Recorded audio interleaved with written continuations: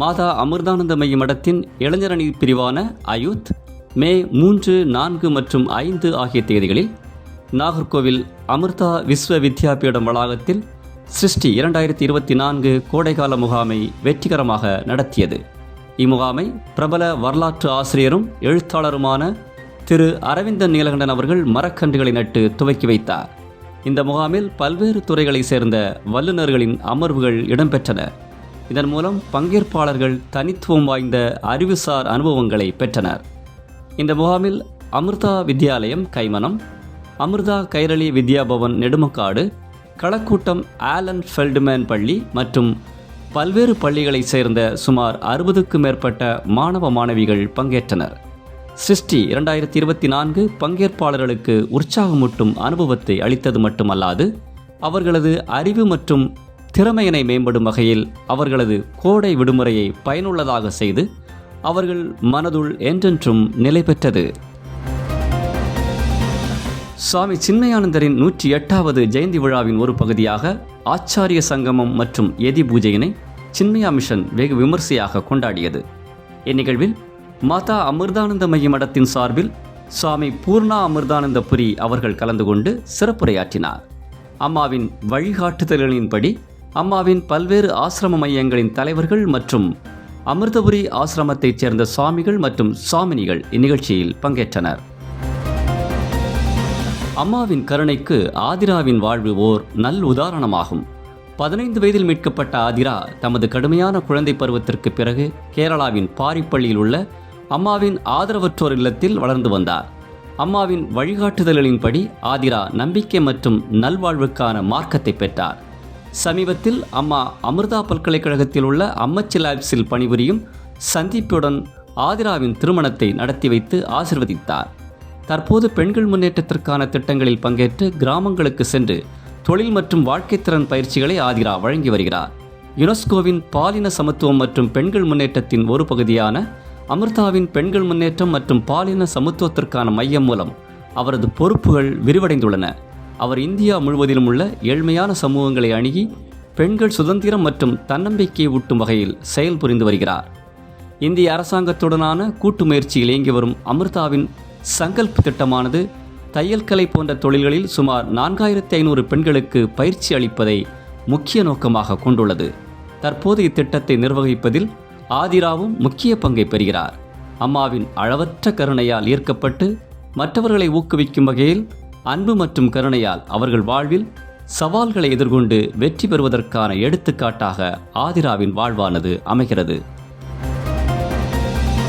2024 மே 12ஆம் தேதி அன்று ஸ்ரீ சங்கராச்சாரியார் ஜெயந்தி விழாவினை பல்வேறு சமூக மற்றும் கலாச்சார அமைப்புகள் இணைந்து வெகு விமர்சையாக கொண்டாடியது. மாதா அமிர்தானந்தமயி மடத்தின் பொதுச் செயலாளர் சுவாமி பூர்ணா அமிர்தானந்தபுரி ஆச்சாரிய சபையை துவக்கி வைத்து சிறப்பித்தார். ஏடாத்தூர் மடத்தைச் சேர்ந்த சுவாமி சங்கர பாரதி, சின்மயா மிஷனைச் சேர்ந்த சுவாமி விவிக்தானந்த சரஸ்வதி மற்றும் கொளத்தூர் அத்வைத ஆசிரமத்தைச் சேர்ந்த சுவாமி சித்தானந்தபுரி உள்ளிட்டோர் இந்நிகழ்வில் பங்கேற்றனர். ஆதிசங்கர ஜென்மபூமி விகாசன சமிதியின் ஏற்பாட்டில் சந்நியாசி மாநாடு, கருத்தரங்குகள், கலந்துரையாடல்கள், கலாச்சார நிகழ்வுகள், பஜனைகள் மற்றும் முதலக்கடவு வரையிலான வரலாற்று சிறப்புமிக்க பிரம்மாண்ட ஊர்வலம் என பல்வேறு நிகழ்ச்சிகள் நடைபெற்றன. பூர்ணா நதி பூஜை மற்றும் மகாஸ்நானத்தில் பக்தர்கள் பங்கேற்றனர். பக்தர்களுக்கு பிரசாதம் வழங்கும் நிகழ்வுடன் இந்த நிகழ்ச்சியானது நிறைவடைந்தது. சமூக சேவை, சுற்றுச்சூழல் பாதுகாப்பு மற்றும் இளைஞர் விழிப்புணர்வு ஆகியவற்றை வலியுறுத்தி இந்தியா முழுவதும் அயூத் பல்வேறு செயல்பாடுகளை நடத்தியது. அகமதாபாத்தில் அயூத் உறுப்பினர்கள் உள்ளூர் பகுதிகளில் அத்தியாவசிய பொருட்களை விநியோகம் செய்து தேவைப்படும் குடும்பங்களுக்கு புன்னகை மற்றும் நம்பிக்கையை அளித்தனர்.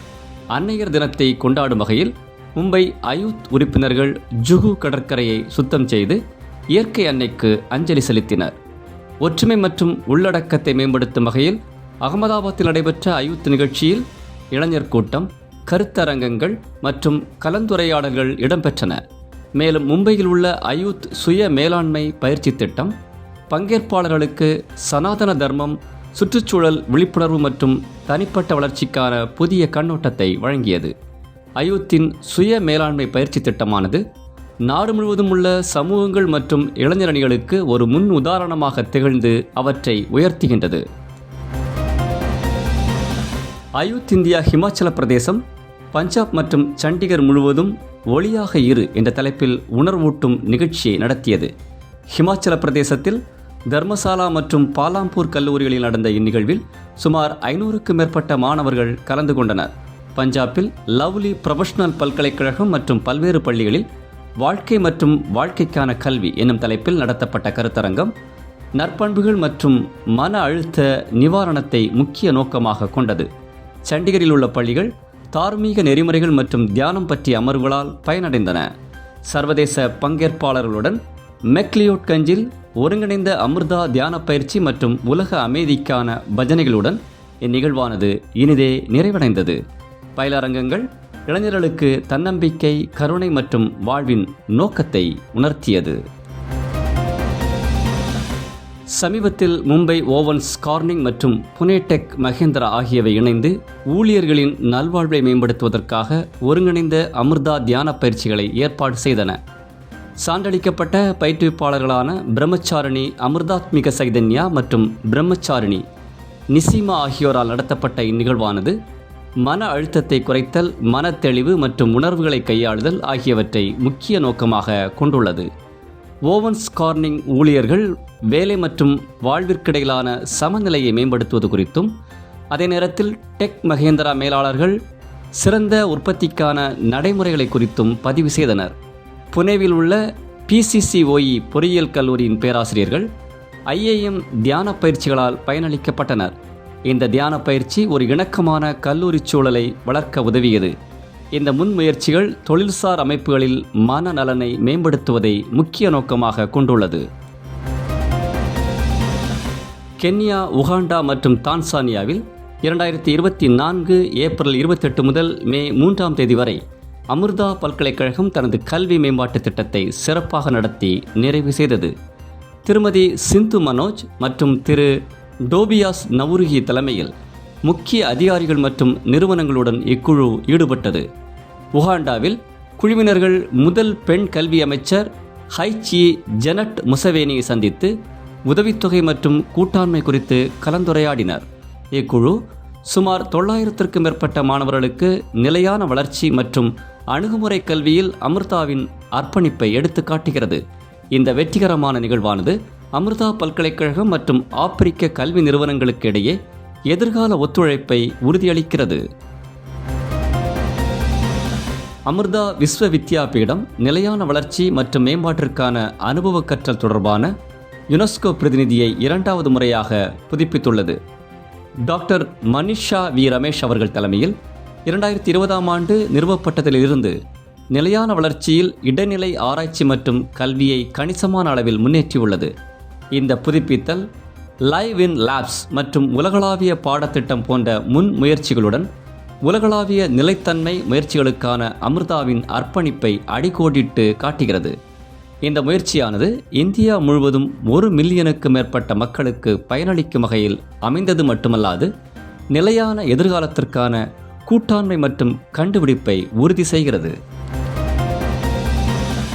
சக்திகான் இந்தியாவின் முதன்மையான பெண்களுக்கான இணைய பாதுகாப்பு மாநாடு அமிர்தா விஸ்வ வித்யாபீடத்தில் நடைபெற்றது. 45 நாடுகளை சேர்ந்த சுமார் 2300க்கும் மேற்பட்ட பங்கேற்பாளர்களை கொண்ட இந்நிகழ்வில் சக்தி CTF எத்திக்கல் ஹேக்கிங் போட்டி மற்றும் 7 நாடுகளை சேர்ந்த பேச்சாளர்களுடன் ஒரு மாநாடு இடம்பெற்றது. அம்மாவால் ஈர்க்கப்பட்ட இந்த முயற்சியானது இணைய பாதுகாப்பில் பன்முகத்தன்மை மற்றும் உள்ளடக்கத்தை மேம்படுத்துவதை நோக்கமாக கொண்டுள்ளது. AI பாதுகாப்பு மற்றும் அச்சுறுத்தல் நுண்ணறிவு, விழிப்புணர்வு போன்ற தலைப்புகளில் பயிலரங்குகள் மற்றும் கலந்துரையாடல்களில் பங்கேற்பாளர்கள் பங்கேற்றனர்.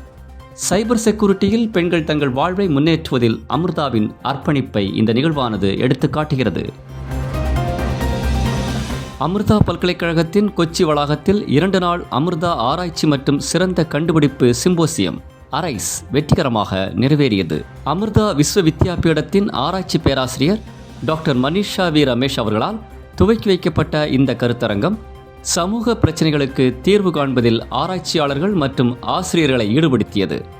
அமிர்தா மருத்துவமனைகளின் குழு மருத்துவ இயக்குனர் டாக்டர் பிரேம் நாயர் தலைமையில் நடைபெற்ற இந்நிகழ்வில் மத்திய கலாச்சார அமைச்சகத்தின் உதவி இயக்குனர் டாக்டர் ஹர்ஷா பார்கவி, மாநில அறிவியல் துறை முதன்மைச் செயலர் பேராசிரியர் KP சுதீர் ஆகியோர் கலந்து கொண்டனர். சுமார் 300 பங்கேற்பாளர்கள் நிலையான வளர்ச்சி மற்றும் சமூக நலனுக்கான AI குறித்து கலந்துரையாடினர். ஞாயிற்றுக்கிழமை நடத்தப்பட்ட அமர்வுகளில் நுண்ணுயிர் தொற்றுகளை நிர்வகித்தல் மற்றும் நுண்ணுயிர் எதிர்ப்பை நிர்வகித்தல் போன்ற சுகாதார தலைப்புகளில் கவனம் செலுத்தப்பட்டது. சமீபத்தில் அமிர்தா விஸ்வ வித்யாபீடத்தின் அமிர்தபுரி வளாகத்தில் ஆப்பிரிக்க நாடுகளை சேர்ந்த ஏராளமான மாணவர்கள் ஆப்பிரிக்க தினத்தை வெகு விமர்சையாக கொண்டாடி மகிழ்ந்தனர். இந்நிகழ்வில் கென்யாவின் டெபுட்டி கமிஷனர் மேரி முனி முட்கோ, கல்வி பேராசிரியர் எஸ்தர் கரேமா முதுவா ஆகியோர் கலந்து கொண்டனர். நிலையான எதிர்காலத்திற்கான அமிர்தா பள்ளி மற்றும் சர்வதேச நிகழ்ச்சிகளுக்கான அமிர்தா மையம் ஆகியவற்றால் ஏற்பாடு செய்யப்பட்ட இந்த கொண்டாட்டம் ஆப்பிரிக்க மாணவர்களின் கலாச்சார மற்றும் கல்வி பங்களிப்புகளை கௌரவித்தது. இந்நிகழ்வில் ஆப்பிரிக்க பாரம்பரியம் பற்றிய சிறு விரிவுரைகள் மற்றும் ஆப்பிரிக்க இசை மற்றும் நடனம் ஆகியவற்றின் காட்சிகள் இடம்பெற்றன. பேராசிரியர் டாக்டர் மனிஷா வி ரமேஷ் அம்மாவின் வாழ்க்கைக்கான கல்விக்கிணங்க உலகளாவிய கலாச்சாரங்களை ஒருங்கிணைப்பதில் பல்கலைக்கழகத்தின் உறுதிப்பாட்டை வலியுறுத்தினார். கொல்லம் பூதகுளத்தைச் சேர்ந்த சுரேஷ்குமார் என்பவருக்கு உருவான 17 கிலோ எடையுள்ள புற்றுநோய் கட்டியானது அமிர்தா மருத்துவமனையின் அறுவை சிகிச்சையின் மூலம் வெற்றிகரமாக நீக்கப்பட்டது. பல ஆண்டுகளாக சுரேஷின் வலது கையிலிருந்து மார்பு மற்றும் முதுகு பகுதி வரை வளர்ந்த கட்டியினால் அவர் சுவாசக்கோளாறு மற்றும் பிற கடுமையான விளைவுகளை சந்தித்து வந்தார். இதன் காரணமாக கடந்த 1.5 ஆண்டுகளாக அவர் கிட்டத்தட்ட படுக்கையில் இருந்தார். பிளாஸ்டிக் மற்றும் மறுசீரமைப்பு அறுவை சிகிச்சையின் தலைவரான டாக்டர் சந்தீப் விஜயராகவன் தலைமையிலான அறுவை சிகிச்சை வாஸ்குலர் சர்ஜரி, கார்டியோவாஸ்குலர் மற்றும் தொராசிக் சர்ஜரி உள்ளிட்ட பல துறைகளை உள்ளடக்கியது. இந்த செயல்முறைக்கு சுரேஷின் வலது கை மற்றும் 2 விலா எலும்புகள் அகற்றப்பட்டு அதைத் தொடர்ந்து செயற்கை பொருட்களை பயன்படுத்தி மறுசீரமைப்பு அறுவை சிகிச்சை செய்யப்பட்டது. ஏப்ரல் 15ஆம் தேதி அறுவை சிகிச்சைக்கு பிறகு சுரேஷ் மறுவாழ்வுக்கு திரும்பினார். மேலும் அவர் ஏப்ரல் 26ஆம் தேதி அன்று டிஸ்சார்ஜ் செய்யப்பட்டார். பயாப்சி கட்டி அகற்றப்பட்டதை உறுதி செய்தது. Multi disciplinary sarcoma tumour board இப்போது நெருக்கமான பின்தொடருதல் மட்டுமே தேவையானது என்று தீர்மானித்துள்ளது. கல்லீரல் மாற்று அறுவை சிகிச்சை பெற்றவர்களும் அவர்களது குடும்பத்தினரும் அமிர்தா ஸ்பர்ஷம் 2.0 நிகழ்விற்காக ஒன்று கூடியது அமிர்தா மருத்துவமனையை புன்னகை நம்பிக்கையுடன் நிறைத்தது. 2024 மே 11ஆம் தேதி அன்று நடைபெற்ற இந்த நிகழ்வை கொச்சியில் உள்ள அமிர்தா மருத்துவமனையில் கல்லீரல் மாற்று சிகிச்சை பெறுபவர்களுக்கான ஆதரவு குழுவான அமிர்தா ஸ்பர்ஷம் மற்றும் கேரளாவின் கல்லீரல் அறக்கட்டளை ஏற்பாடு செய்திருந்தது. கேரளாவைச் சேர்ந்த நாடாளுமன்ற உறுப்பினர் ஜெபி மாதர் அவர்கள் இந்நிகழ்வை துவக்கி வைத்து சிறப்பித்தார். இந்நிகழ்வில் கல்லீரல் மாற்று சிகிச்சை பெறுவோருக்கு மருத்துவ செலவுகளில் குறிப்பிடத்தக்க தள்ளுபடியை வழங்கும் சிறப்புரிமை அட்டை அறிமுகப்படுத்தப்பட்டது. மட்டுமல்லாது விரைவான மருத்துவ உதவிக்காக எக்ஸ்பிரஸ் கிளினிக் அறிமுகப்படுத்தப்பட்டது. ஃபரிதாபாத் அமிர்தா மருத்துவமனை அதன் செவிலியர்களின் அர்ப்பணிப்பு மற்றும் இரக்கத்தை கௌரவிக்கும் வகையில் சர்வதேச செவிலியர் தினத்தை வெகு விமர்சையாக கொண்டாடியது. நிகழ்வில் ஃபரிதாபாத் அமிர்தா செவிலியர் கல்லூரியைச் சேர்ந்த செவிலியர்கள் மற்றும் செவிலிய மாணவர்களின் சிறப்பு நடன நிகழ்ச்சிகள் மற்றும் குறும்படங்கள் இடம்பெற்றன.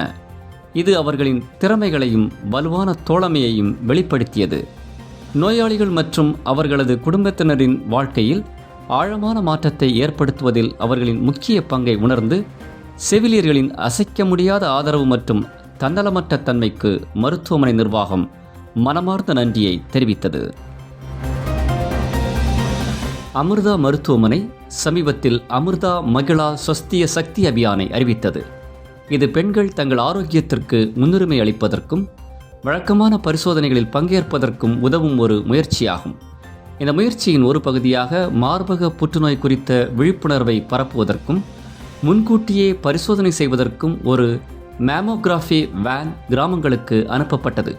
மருத்துவமனை ஏற்கனவே 100க்கும் மேற்பட்ட முகாம்களை நடத்தியது மட்டுமல்லாது தடுப்பு சுகாதார சோதனைகள் மற்றும் காசநோய் குறித்த விழிப்புணர்வை மேம்படுத்தியது. பெண்களின் ஆரோக்கியம் மற்றும் நல்வாழ்வை மேம்படுத்துவதில் அமிர்தா மருத்துவமனையின் அர்ப்பணிப்பை இந்த முயற்சி அடிக்கோடிட்டு காட்டுகிறது. கொச்சியில் உள்ள அமிர்தா மருத்துவமனை மூளை மற்றும் முதுகுத்தண்டில் பாதிப்பு ஏற்பட்டுள்ள நோயாளிகளின் மறுவாழ்வில் புரட்சி ஏற்படுத்தி ரொபோட்டிக் நடைபயிற்சியாளர் அமைப்பை துவக்கியுள்ளது. இந்நிகழ்வை கேரளாவின் அமைச்சர் பி. ராஜீவ் அவர்கள் துவக்கி வைத்து சிறப்பித்தார். இந்த மேம்பட்ட ரோபோட்டிக் நடைபயிற்சி செய்வதோடு மட்டுமல்லாமல் அசாதாரண நடைமுறைகளை சரி செய்து நோயாளிகளின் சுதந்திரத்தை மேம்படுத்துகிறது. People wake up, they get better, they go home. But then we found they weren't walking properly, so we needed robots. கேரளாவைச் சேர்ந்த ஜெனரல் ரோபோட்டிக்ஸ் ஜென் ரோபோட்டிக்ஸ் மூலம் உருவாக்கப்பட்டது. இந்த அமைப்பு AI-னை பயன்படுத்தி நிஜ உலக காட்சிகளை உருவகப்படுத்துவது மட்டுமல்லாது நோயாளியின் நம்பிக்கை மற்றும் நல்வாழ்வை மேம்படுத்துகிறது. இந்த முயற்சியானது அதிநவீன மருத்துவ தீர்வுகளுக்கான அமிர்தா மருத்துவமனையின் அர்ப்பணிப்பை அடிக்கோடிட்டு காட்டுகிறது. கொச்சியில் உள்ள அமிர்தா மருத்துவமனையில் மேம்பட்ட இன்டர்வென்ஷனல் நுரையீரல் ABIP பிரிவின் 4வது வருடாந்திர மாநாடு டாக்டர் பிரேம் நாயரின் புரோன்கோஸ்கோபி சிமுலேஷன் மையத்தின் திறப்பு விழாவுடன் நிறைவடைந்தது. புஜி ஃபிலிம்ஸ் மற்றும் எர்ஃப் குழுவின் ஆதரவுடன் இந்த வசதி மூச்சுக்குழாய் நடைமுறைகள் மற்றும் நோயாளிகளின் பராமரிப்பில் புரட்சியை ஏற்படுத்துவதை முக்கிய நோக்கமாக கொண்டுள்ளது. டாக்டர் டிங்கு ஜோசப் தலைமையில் 2 நாள் மாநாட்டில் ரொபோட்டிக் மூச்சுக்குழாய் மற்றும் நுரையீரல் மாற்று அறுவை சிகிச்சை போன்ற கண்டுபிடிப்புகள் குறித்த அமர்வுகள் இடம்பெற்றன. சுமார் 16 நாடுகளைச் சேர்ந்த 600க்கும் மேற்பட்ட பிரதிநிதிகள் இந்நிகழ்வில் கலந்து கொண்டனர். டாக்டர் ஹைல் ஹோஹார்ட் மற்றும் டாக்டர் ஜமாலுல் அசிசி போன்ற நிபுணர்களின் கருத்தரங்கமும் இந்நிகழ்வில் இடம்பெற்றது. இந்நிகழ்வில் நுரையீரல் பராமரிப்பு தொழில்நுட்பம் மற்றும் நடைமுறைகள் பற்றிய காட்சிகள் பகிரப்பட்டன. அமிர்தா மருத்துவமனை மற்றும் கேரள நரம்பியல் நிபுணர்கள் சங்கம் இணைந்து நடத்திய 15வது தேசிய பிரெயின் பி சாம்பியன்ஷிப் போட்டியில் மும்பை கிஷன்சந்த் செல்லாராம் கல்லூரியைச் சேர்ந்த +2 மாணவி ஸ்ரேஷ்டா வெற்றி பெற்றார். கொச்சியில் உள்ள அமிர்தா மருத்துவமனையில் 2 நாட்கள் நடைபெற்ற இறுதிப் போட்டியில் நாடு முழுவதும் இருந்து 13 மண்டல இறுதிப் போட்டியாளர்கள் கலந்து கொண்டனர். ஹோட்டல் ஹாலிடே இன்னில் நடந்த விருது வழங்கும் விழாவில் பாரதிய வித்யாபவன் தலைவர் வேணுகோபால் சி கோவிந்த், கேரள நரம்பியல் நிபுணர்கள் சங்கத்தின் தலைவர் டாக்டர் எம் பிரதீப், அமிர்தா மருத்துவமனைகளின் குழு மருத்துவ இயக்குனர் டாக்டர் பிரேம் நாயர் உள்ளிட்டோர் கலந்து கொண்டனர். நாடு முழுவதும் உள்ள +1, +2 மாணவர்களுக்கு நரம்பியல் ஆராய்ச்சி குறித்த விழிப்புணர்வை ஏற்படுத்தும் வகையில் இந்த நிகழ்ச்சி நடத்தப்பட்டது. பிரபல மலையாள நடிகர் சலீம்குமார் கொச்சியில் உள்ள அமிர்தா மருத்துவமனையின் ஹோம் கேர் சர்வீசஸ் வாகனத்தை கொடி அசைத்து துவக்கி வைத்தார். ஹோம் கேர் முன்முயற்சியானது படுக்கையில் இருக்கும் நோயாளிகளுக்கும் மருத்துவமனைக்கு செல்ல முடியாதவர்களுக்கும் வீட்டிலேயே மருத்துவ சேவையை வழங்குகிறது. சேவைகளில் மருத்துவர் மற்றும் செவிலியர் வருகை, வலி மற்றும் நோய் தடுப்பு சிகிச்சை, தூக்க ஆய்வுகள் மற்றும் பிசியோதெரபி ஆகியவை அடங்கும். ஆரம்பத்தில் திங்கள் முதல் சனி வரை காலை 9 மணி முதல் மாலை 5 மணி வரை மருத்துவமனையின் 10 கிலோமீட்டர் சுற்றளவில் உள்ள நோயாளிகளுக்கு இந்த சேவை வழங்கப்படும். மேலும் விவரங்களுக்கு 791-499-843 அல்லது 0484-2854-377 என்ற எண்ணில் தொடர்பு கொள்ளலாம். கொச்சியில் உள்ள அமிர்தா மருத்துவமனை தமிழ்நாட்டின் ராமநாதபுரத்தில் உள்ள அமிர்தா வித்யாலயத்தில் இலவச மருத்துவ முகாமை நடத்தியது. இந்த முகாமில் சுமார் 730 நபர்கள் பயனடைந்தனர். இந்த முகாமில் பொது மருத்துவம், அறுவை சிகிச்சை, தோல் மருத்துவம், குழந்தை மருத்துவம், இருதய மருத்துவம் மற்றும் பல சிறப்பு துறைகளில் சேவைகள் வழங்கப்பட்டன. பேராசிரியர் டாக்டர் சி. ஸ்ரீகுமார் தலைமையில் 17 மருத்துவர்கள் உட்பட 45 பேர் கொண்ட குழுவினர் இலவச நோய் கண்டறிதல், மருந்துகள், எக்ஸ்ரே, ECG மற்றும் இரத்த பரிசோதனை செய்தனர். இந்நிகழ்ச்சியில் அதிநவீன வசதிகளுடன் கூடிய டெலிமெடிசின் பஸ் இடம்பெற்றது. இந்நிகழ்வில் doctor Joseph Rajan, doctor Balaji Srimurugan உள்ளிட்ட முக்கிய பிரமுகர்கள் கலந்து கொண்டனர். கொச்சியில் உள்ள அமிர்தா மருத்துவமனையுடன் இணைந்து திருநங்கைகளுக்கான பாலின மறுசீரமைப்பு அறுவை சிகிச்சைகளை ஆதரிப்பதற்காக லட்சுமி அறக்கட்டளையின் மூலம் 12 லட்சம் ரூபாய் வழங்குவதாக நடிகர் சுரேஷ் கோபி உறுதியளித்துள்ளார். Fair life situation to all എന്ന് പറയുന്ന ഒരു പ്രക്രിയയ്ക്ക് തുടക്കം കുറിക്കൽ കൂടിയാകും ഇത്. இந்த தொகையானது 10 நபர்களுக்கான அறுவை சிகிச்சையை நடத்துவதற்கு ஒதுக்கப்பட்டுள்ளது. அரசாங்கத்தால் நிதி திருப்பி அளிக்கப்பட்டவுடன் மேலும் 10 பேருக்கு ஆதரவை நீட்டிக்க திட்டமிடப்பட்டுள்ளது. அமிர்தா மருத்துவமனையில் நடந்த ஒரு நிகழ்வின் போது இந்த முயற்சியானது அறிவிக்கப்பட்டது. அங்கு மூத்த மருத்துவ நிர்வாகி டாக்டர் பிரதாபன் நாயரிடம் சுரேஷ் கோபி உறுதியளித்தார். இந்நிகழ்வில் திருநங்கைகளின் சுகாதாரத்தை ஆதரிப்பதன் முக்கியத்துவத்தை வலியுறுத்தி ஆவணப்படம் திரையிடல் மற்றும் குறிப்பிடத்தக்க நபர்களின் உரைகள் இடம்பெற்றன. ராமநாதபுரத்தில் பிப்ரவரி மாதம் நடத்தப்பட்ட பரிசோதனை முகாமில் அடையாளம் காணப்பட்ட குழந்தைகளுக்கு இலவச இதய அறுவை சிகிச்சைகளை கொச்சியில் உள்ள அமிர்தா மருத்துவமனை நடத்தியது. பரிசோதிக்கப்பட்ட 300 குழந்தைகளில் 31 பேருக்கு கூடுதல் சிகிச்சை தேவைப்பட்டது. மேலும் 28 பேர் அறுவை சிகிச்சைகள் அல்லது நடைமுறைகளை பெற்றனர். டாக்டர் ஆர் கிருஷ்ணகுமார் தலைமையில் நடைபெற்ற இம்முகாமில் தீவிர இதய நோய்களை கண்டறிந்து ஜெனிசிஸ் அறக்கட்டளை மற்றும் HDFC எர்கோ இணைந்து சிகிச்சைகள் அளிக்கப்பட்டன. இந்த முயற்சி அமிர்த வருஷம் 70 அம்மாவின் 70வது பிறந்தநாள் கொண்டாட்டத்தின் ஒரு பகுதியாகும். இது தேவைப்படும் குழந்தைகளுக்கு இலவச மருத்துவ சேவையை வழங்குவதை நோக்கமாக கொண்டுள்ளது.